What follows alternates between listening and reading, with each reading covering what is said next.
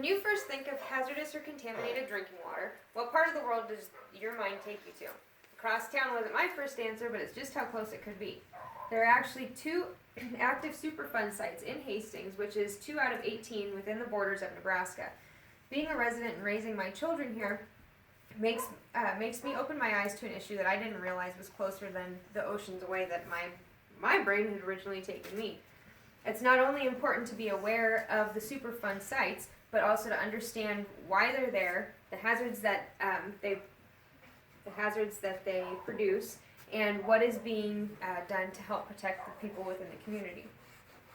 According to the National Library of Medicine, the 2017 definition of a Superfund site is any land contaminated by hazardous waste and identified by the Environmental Protection Agency as a candidate for cleanup because it poses a risk to human health and or the environment. In order for it to actually become an active Superfund site, the first step is an inquiry stage, which is when they have identified a hazardous material that is present in the environment, and they propose to the National Priorities List where they survey the site and whatever hazards are within that site, and they determine whether or not it is necessary for widespread cleanup. From that stage, they either withdraw, which means that it doesn't meet the criteria, or it becomes the final site, which is when they will partake in the cleanup, and it can take anywhere from 6 months to 30 years, depending on what it is that they're dealing with. And they will continue to work in that site until it is considered a deleted site, which means that the cleanup has been completely done to whatever their standards are for that material. On West Highway 6,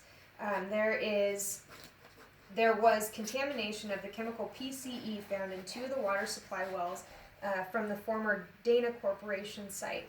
The PCE chemical was what was used to degrease ball bearings. They said that it was, the Environmental Protection Agency cited that they believe it was from 2 of their reserve wells where the chemical had spilled into the wells undetected and then seeped into the groundwater. That is one of the 3 ways that PCE can be found in your drinking water. It can also evaporate into the air if it's being stored improperly or leaked through spills. And Lynn Peoples, who's a free balance science journalist for an environmental blog, she had just recently in September of 2017 had written an article about how the PCE can actually come up through the ground soil into people's basements, and so they were having trouble. One of the places she highlighted was in Louisiana, where they had a lot of ground saturation, and it was bringing these chemicals into people's basements. At high exposures, PCE can cause shortness of breath, central nervous system suppression, and headaches. But there isn't a lot of testing that's been done on small exposures over a long period of time. However, in controlled mouse experiments, it has shown to lead to liver cancer, or there's indications that it could be a cause for liver cancer. So I guess the big question is, how are they cleaning it up? What are they doing about the problem?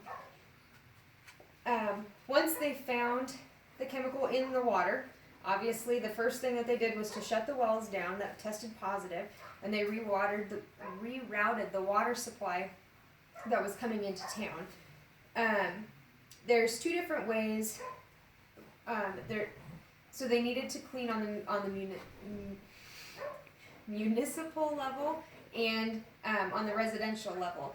So on the big scale, they can either do pack tower aeration, which is pretty much forcing water through channels to help to flush out the contaminants. Or there's also granule activation, which is using activated charcoal to help soak up any of the contaminants as the water's pushing through. On the residential level, they have two different systems. There's a point of use device or a point of entry system. A point of use device is like one of the water purifiers that you would put on your kitchen faucet, and the point of entry system is one where they would actually fix whatever kind of water treatment into your main water line that goes into your house, so it treats your whole water source just from the one entry. So establishing a Superfund site is a valuable step to ensuring clean, uncontaminated water reaching homes of Americans everywhere. Once it is identified, it's tested, the correct treatment is decided, and then it helps to make sure that that Americans have the access to the clean drinking water that they need to continue to live out their healthy lives. It's easy to think of third world countries with issues involving clean water.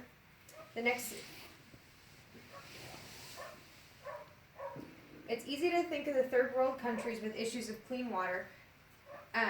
However, maybe the next time that you hear a conversation about contaminated water, you might take it a little more seriously, as it could be a lot closer than the continents away that you may have previously assumed.